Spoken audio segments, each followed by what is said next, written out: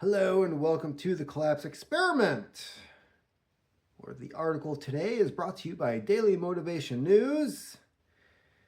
And it is 7 things successful people always do in their free time according to psychology by Wesley Mercer. So if you enjoyed this video, please remember to like and subscribe, comment in the comment section. Any little bit of interaction helps. On with the article. Crafting a meaningful life isn't just about what we accomplish on the clock. It's about what we choose to do when we're off the clock. Or sometimes who.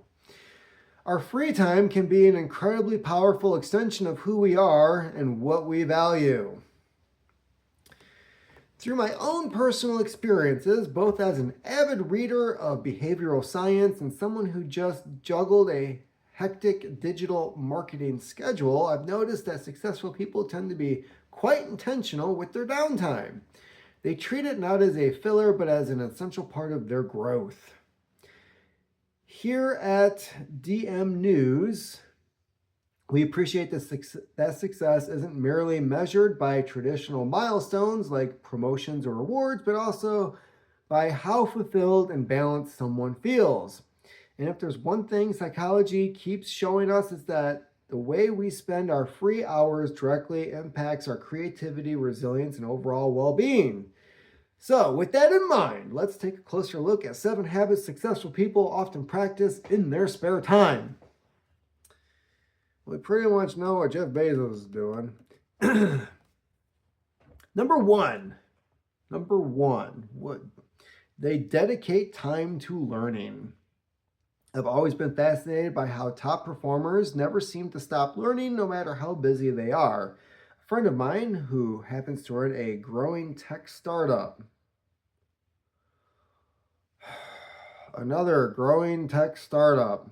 once told me that his weekends aren't just about sleeping in or catching the latest streaming shows. They're also about online courses in areas he's curious about. He'll hop on the platforms that teach everything from advanced coding techniques to psychology principles because broadening his knowledge base keeps him sharp. Yeah, the brain is one muscle, and yes, there are nerves, muscles. You got to keep it flexible. A lot of the people I know that contracted Alzheimer's disease and dementia later in life were people that were highly educated. They got their degrees 40 years prior, and they were done. Like, I have my degree, I'm an expert now in X, Y, and Z. I don't need any more. And I have a feeling that has a lot to do with people just not continuing education in anything other than what they went to college for. And then even with that, just not expanding knowledge on anything. Number 2, they reflect and plan. As noted by psychologists and leadership experts, bullshit job. Taking time to reflect can significantly reduce stress and promote greater self-awareness. From my perspective, that self-awareness is often the difference between aimlessly drifting and making conscious choices. People I've met who constantly achieve remarkable results tend to incorporate some form of journaling or reflection into their downtime. Something as simple as scribbling thoughts on a notepad or using a digital planner. They also use this reflective space to plan ahead, setting both short and long-term goals. I've mentioned this before, but the clarity gained in these moments of quiet planning can be priceless. I have been doing that this year. I even had to update my goals for this year because a lot of the goals I had set for this year, I had achieved by April. So yeah, resetting goals, looking further into the future as to what I want to accomplish, and I sit down with a typewriter, go figure, and I just type out the things that I'm looking to accomplish 6 months, 12 months, whatever it is. And that has worked out great for me. Number 3, they nurture relationships. Have you ever noticed how some people effortlessly maintain strong connections while juggling demanding careers. It's often because they intentionally use their free time to invest in the people who matter to them.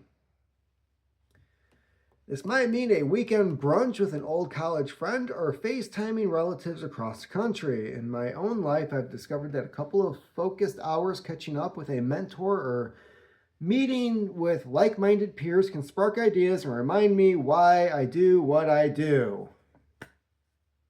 And that reminds me of some projects I might possibly have coming up, which I'll mention in a future video. Number 4, they invest in wellness. When I was working crazy hours in digital marketing, I barely had time to think about my own health. The older I got, though, the more I noticed just how much high performers prioritize physical and mental wellness. You won't always see them hitting the gym for hours on end, though some do.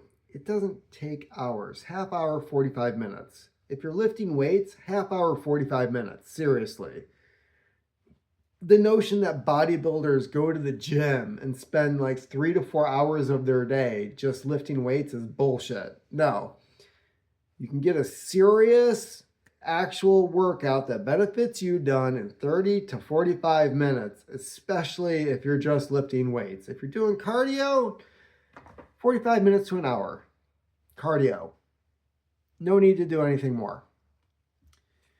So yeah, wellness. They volunteer or give back. There's a reason why psychologist Adam Grant urges all of us to spend some time volunteering. According to Grant, there's a direct link between volunteering and increased happiness. Why? Because it ties back to a sense of purpose, which is one of the ingredients of a meaningful life. I'm sorry, but if your job is meaningless, get a new job. Like, I know that my job sucks, but at the same time, you out there watching this video, if you've ever ordered something offline or you needed a part for your car, guess what? There's a dude out there who works in a trailer who loads all that shit in there so it goes from point A to point B to point C to point D and eventually to you. I know my job has purpose. I know my other job has purpose. So the whole volunteer thing, I'm sorry, but just have a job with a freaking purpose behind it. If you don't, I guess volunteer work is for you. If you have to volunteer to make yourself feel like you do something meaningful or you're helping others, you probably have a shit job. Number 6, they indulge in reading. This is something that I have definitely tried to focus on this year. And guess what? Yesterday of all days, which would have been May 3rd, I hit my goal of 30 books for the year. May 3rd, not even halfway through the year, and I've already read 30 books. So I think I'm doing pretty good. I've always enjoyed reading, especially anything that delves into the psychology of decision making and how our minds work. I find that many successful people share the same hunger for words. It could be a deep dive into classic literature, the latest bestseller in self-development, or even an engaging long-form article. Really? Is there long-form articles anymore? Because in the last 15 years, I really haven't seen any good investigative reporting / articles on any type of story whatsoever. Except for Ken Silva. Ken Silva seems to be doing some pretty good stuff. Check out his story on Terrence Yeaky. Ken Silva, Terrence Yeaky. Remember that. Go look it up. The key is that they're eager to explore new perspectives and keep their curiosity alive. Again, mental flexibility. A 2013 study found that individuals who read literary fiction showed an increase in empathy and social perception. That probably explains why so many high achievers I know spend part of their weekends flipping pages or scrolling on e-readers. I cannot with the e-readers. No. If there's one thing that I do enjoy about ebooks, it's the fact that I can have the Kindle thing on my laptop read it to me while I'm doing other things, like a podcast. That's the only benefit. Number 7, they unplug and explore. I'm a big fan of hiking along the California coast whenever I can. I've noticed that some of the most successful folks out there are also share a passion for unplugging and exploring new environments. They don't necessarily book lavish vacations all the time, though they might if they can. More often, they simply step away from their devices and immerse themselves in nature or a new city spot. Breaking away from the daily grind offers more than just a chance to relax. It can restore creativity, sharpen focus, and reduce stress, especially if you spent the week juggling multiple responsibilities. Okay, yeah, I can go along with that. Putting it all together, or is this also known as the final thoughts? Whether you're learning something new, nurturing relationships, or simply unplugging, successful individuals treat their downtime like a strategic investment. Psychology underscores that these free time habits don't just happen by accident, they're formed through intentional choices that align with personal values and long-term goals. So yeah, how you spend your free time. I mean, that can be a waste of time.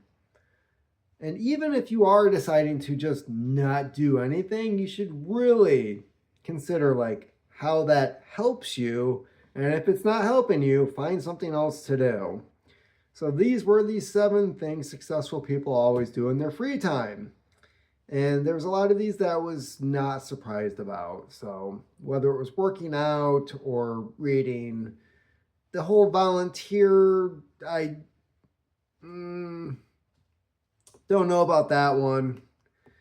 But yeah, let me know what your thoughts are. Did this help at all? Were some of these just a bunch of BS? Or do you find it true with your current situation, how you manage your life? Let me know in the comment section. Until then, keep on typing.